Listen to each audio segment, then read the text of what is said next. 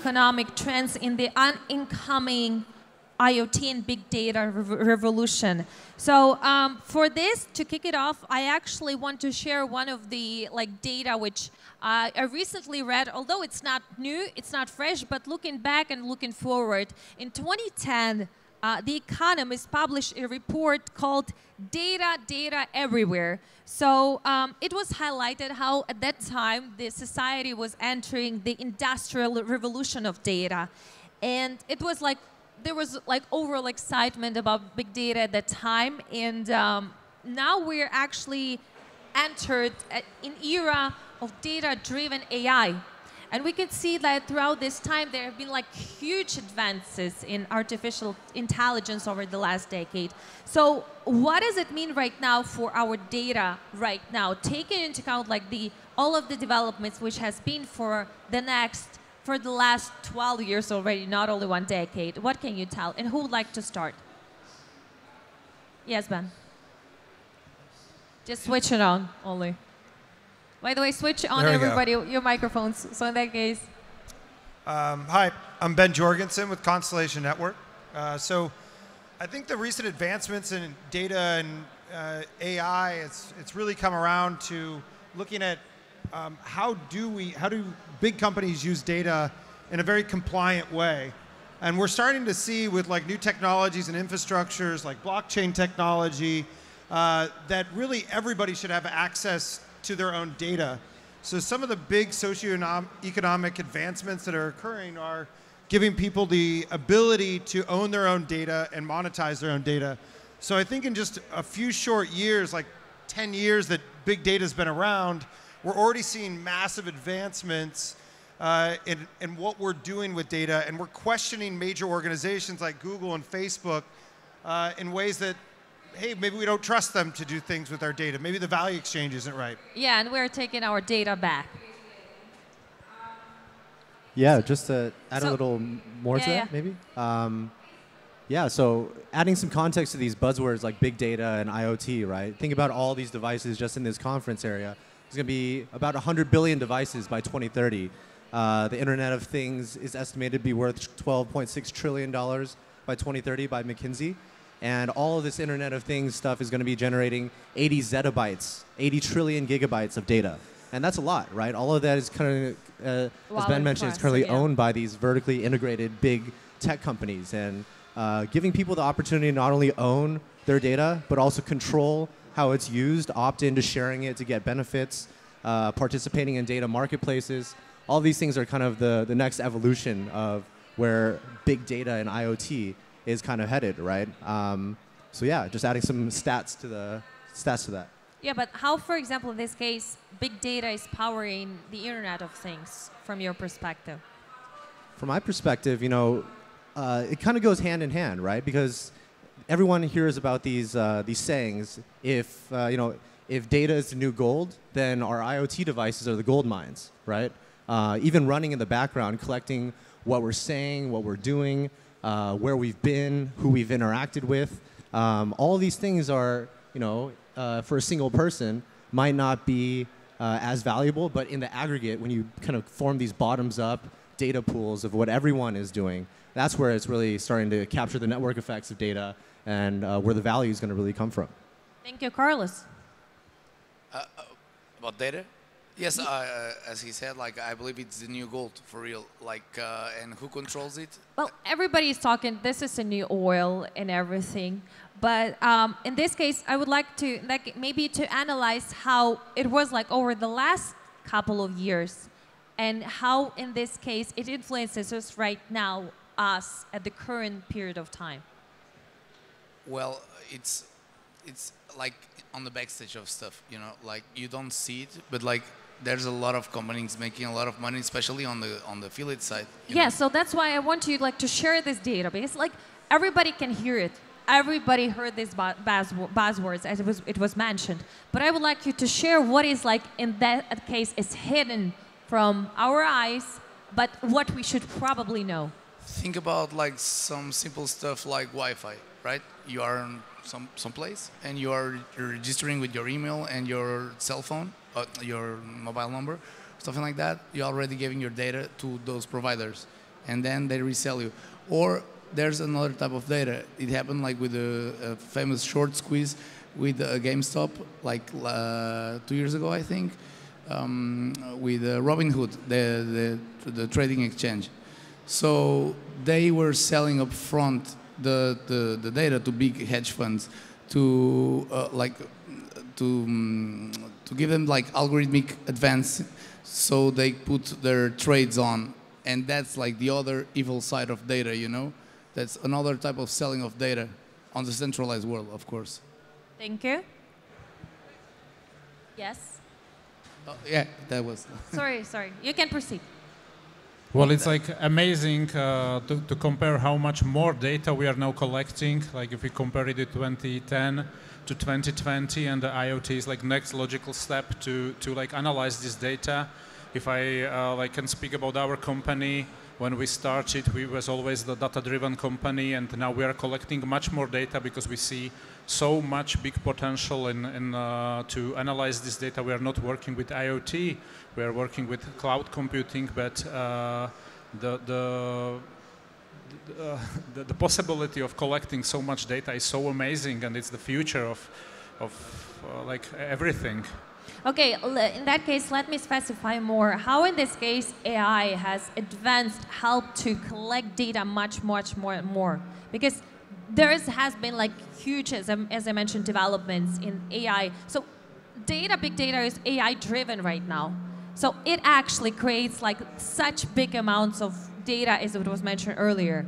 But also, as I mentioned, one of the questions that I asked Larry, how do you believe that big data is powering the Internet of Things? So I would say AI-driven big data is powering at the same time IoT, the one which we at the same time not realizing, but we also using every day.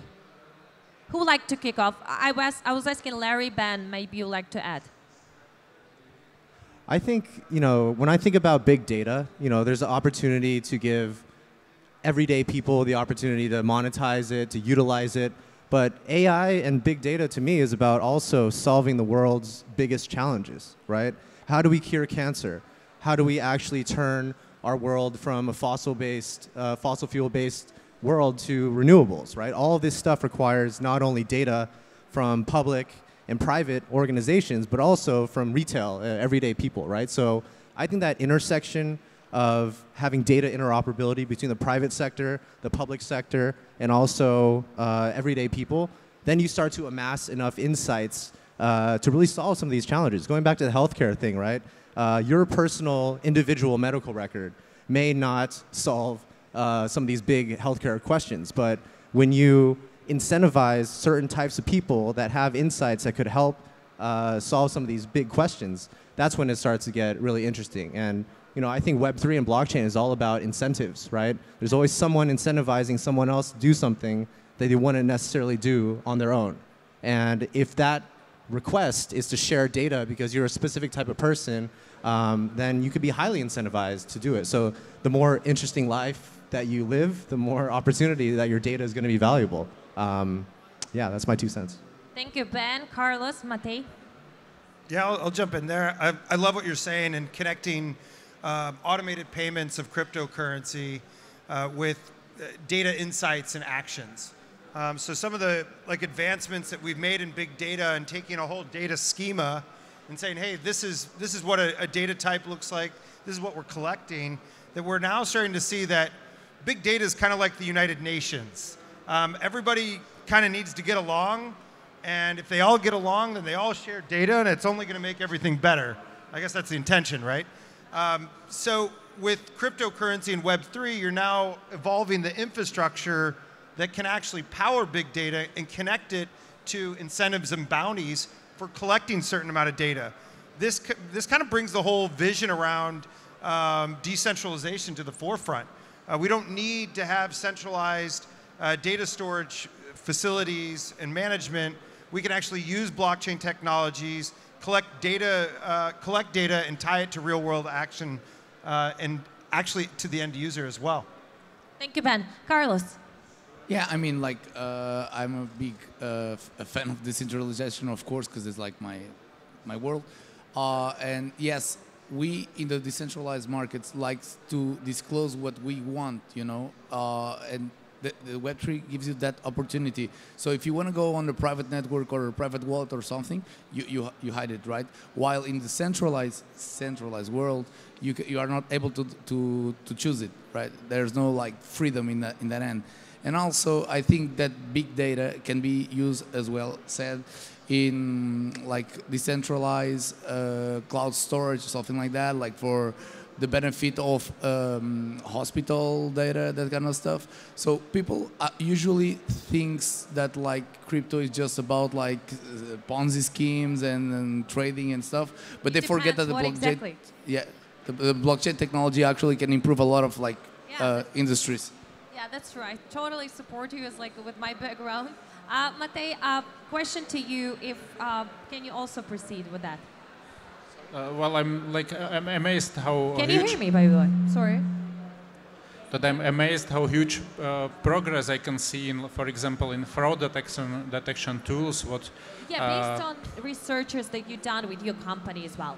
Excuse me? Based on the achievements that you got with your company as well. By the way, can you hear me? Because maybe there's...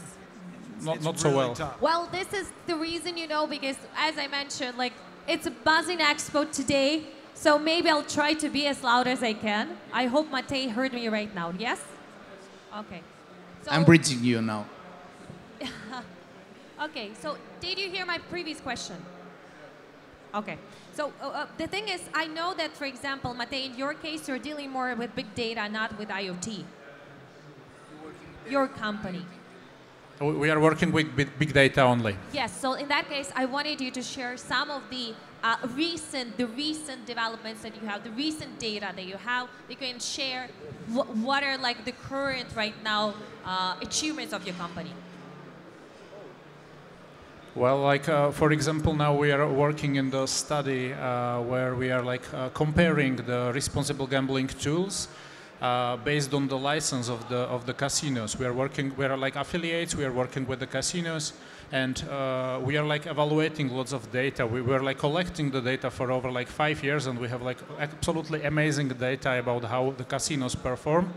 And basically, now we are going to publish the article about how the licensing authority affect the responsibility gambling tools.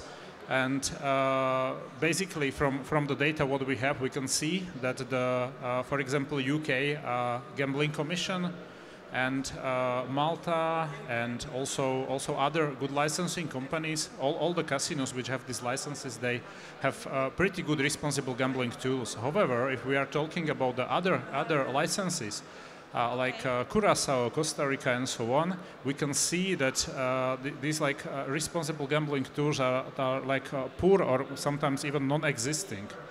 It also depends on the license. Like for example, Curacao, they have like 4 licenses, so it depends which one. But basically, based on all this data, we can like pretty much see how good is the licensing authority. It's like amazing progress in like 5 years what we get with only collecting this data. Okay, thank you, Matej. You're not dealing, as you mentioned earlier, with IoT. Now the question to Larry, maybe Ben and Carlson. In that case, Carlos, can you please tell me, if we're talking specifically about IoT, which key industries are heavily impacted by IoT? And I would, in this case, pay, I hope, the excellent example of synergy of blockchain and IoT. I know a couple of companies which are actually building and offering solutions, IoT, based on blockchain. What can you tell from your perspective? What have you observed already? There's a lot of different questions there. Okay. So first, like, what major industries are being impacted? Yes. I would say, I mean, like, the obvious answer is every industry is being really impacted because we can improve operations, how machines interact, connect, give real-world insights. Like, that's having a huge impact on the future of work, how we work, how we take data, how we can improve operations, all the way down to like employee health and safety. this is all having a big impact. Like even down to the negative side. Like if some of this data gets leaked or gets used incorrectly, it could ultimately have a huge impact over people's health and safety. Yeah, it has happened already, not once. Yeah, and I think we think about like, when we think IoT, the future is always like, oh, everything's going to be talking to each other. It's going to be connected. Yeah, this is like ideal future we Right. can see, yeah. But you're the- like talking to your refrigerator, you're getting the milk, it's getting you the milk, for example. But there's this whole other side of IoT called OTIT, which is all the data that helps a company operate their employee safety. And that has real world implications into like actual people's livelihood. And we don't really talk about that because it's not really fun, but it's impacting us. You asked for impact. It's impacting us every day. So, and then on the positive side, I think there's some really cool things that's actually happening with IoT. Like blockchain infrastructure can create this interoperable world that we all envision around IoT. How does a microwave or your refrigerator talk to your cell phone and your Spotify account? We're already starting to see that happen today. It's really amazing. Now, what if you could get like cryptocurrency as a reward for offering that data or offering that affiliate insight or something like that? I know that's like stuff we're exploring at Constellation. We have these devices that measure foot traffic. And so we're actually using cryptocurrency to bootstrap our entire network around data collection. And where people don't know the value of foot traffic, we do. We know how to sell that. And now we can provide that back to the end user for collecting it and be completely transparent and compliant. It's like we're all seeing like these things all merge together in a very fascinating way. Thank you, Carlos. You don't have a microphone? Or do you? No, actually, I'm more on the financial side. So Understood. Okay, Larry, in that case, the question will be to you. Yeah, around the topic of industries, right? IoTeX, we're a layer 1 blockchain. We provide infrastructure to a lot of different verticals, and we've had the luxury of talking to a lot of different companies that work in different sectors, right? Blockchain and IoT, I consider it to be horizontal technologies that touch a lot of different verticals, right? Everything requires more trust. Everything requires more, data from devices. And the way that we think about prioritization of industries is ones that capture very sensitive or private and or valuable information, right? And for those, I think the ones that are, related to smart home, things you do at home are very private and sensitive. The healthcare data is both sensitive and valuable. And I think, foot traffic, automotive, things that can help urban planning, these are very valuable type of insights, Yeah, right? there's great examples with IOTA and some like automotive, like for example, companies. This is really interesting actually to follow.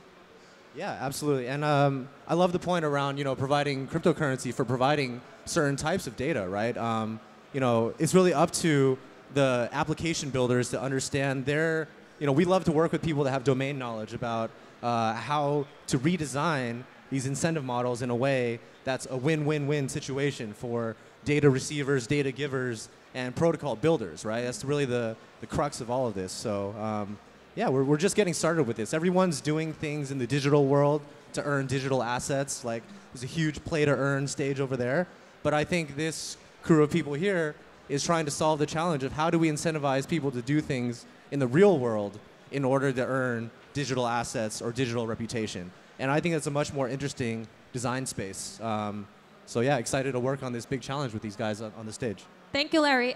Quick question, like really short answer, please, if you can. Take into account that you're working somebody with IoT, somebody more only with specifically big data. What do you believe, like taking into account, like the revolution which is happening in both of these spheres, how they are shaping and will be shaping the macroeconomic trends over the next couple of years? Yeah, that's an interesting thing. We actually do work with the United States Air Force in using blockchain infrastructure to add new layers of security and automation around centralized databases. And I think a lot of that framework and the architecture that we're building doesn't really apply to every other business in this world. They don't need that level of protection around data that we're building, but at the same time, it's driving innovation, working with the government, much like they did in like the 60s and 70s, drove innovation. They're starting to drive innovation again on how we think about distributed systems, how we evangelize decentralized networks. Like they're basically using decentralized network to equip them to protect and create safeguards against the future of big data, hacking against big data. So we're seeing advancements in how do we actually use decentralized networks in a more robust way than what's being done today, and ways that we're not even thinking about that could present massive economic threats to us. Carlos? Yeah, I would like to add something more on the financial side, but also touching based on what he said about like the macroeconomic trend that likes on the DeFi space. I've been a big advocate about this theory. It's not as sexy as the other DeFi theories, but I think it's lacking on the DeFi space. How do you feel about killers? Ethereum killers, so many. No, it's about fixed income. I think we are lacking bonds, like real bonds. There are a lot of like supposed bonds on the DeFi space, but we actually need them like with a algorithmic provider for credit scores for those bonds, and of course derivatives on that end. So I see that on my perspective as a company, right? Because between companies and crypto, we only can do business either on stable or on tokens, right? But like actually getting using NFT technologies and smart contracts to bind those bonds, you know, like. Okay, I know in the traditional world, like the bonds have like low yield, but in the crypto space, we can actually upgrade that, of course. But it's not about like making money; it's about like making more safer business and also bridging to government. We don't like governments, I know, but like we still need to do that stuff, you know. Thank you, Matej. If you'd like to add some words, not only in terms of big data. I'm not talking about IoT in this case. Okay. I think the guys like pretty much says everything about it, so I would just add what they already say. So you can go to the next question. Thank you, Larry. Yeah, I think as far as macro trends over the next decade, I think I want to bring up two, right? First is everything is becoming digitized, right? All the things that are tracking us, watching us, listening to us, all that data is going somewhere, right? When we think about the metaverse and how to mirror reality to the virtual world, I think IoT devices are going to play a very important part. So that's the first trend, the digitization of life. And the second is really about trust, right? We live in an era right now where who we trust and why we trust, I think, is the biggest question of our generation, right?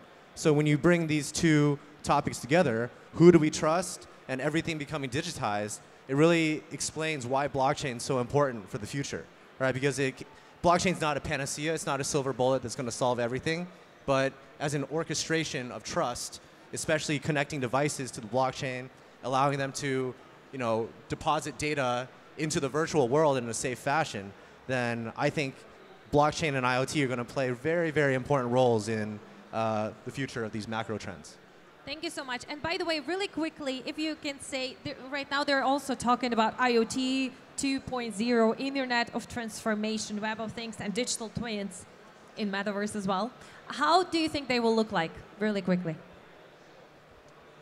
Yeah, I think the metaverse and digital twins are very similar concepts, right? Digital twins have been around the IoT space for a long time, basically simulating and emulating how the performance of large machinery will come. It's very similar to... The metaverse was so... Yeah, exactly. It's like mirroring yourself in the metaverse. It's kind of a digital twin of yourself in a way, right? I think it's going to... I'm a believer in the metaverse. It's going to take a long time to get there, but the safe transfer of information from the real world to the digital world is really what IoT is all about. Who would like to finish? Ben. I'll jump in there. I think the metaverse is a very fascinating thing that the critics say that the metaverse happened like 10 years ago, and we've already tried to do this with social gaming. But what they missed and that we have now is the convergence of a socioeconomic movement, a social movement that stems from cryptocurrency, and then the currencies that can power these worlds in a more fluid way than we've ever seen. So I'm very bullish on the future of the metaverse. I think there's some really cool things. I think it's finally being led by big tech companies that have no choice but to see this vision flourish. So, Thank you so much. Carlos? Yeah, it was just like a quick thought. I think the technology is developed enough to adopt the metaverse, right? So I can use my personal example. I sold my stuff in my office, and I'm using Oculus Quest as my office now. So thank you. Matej, I'm really sorry, but we need to finish. I thank you so much for joining this panel. Thank you. Thank you, Ben, Larry. Thank you, Matej. Thank you, Carlos. Please give him a big hand. We need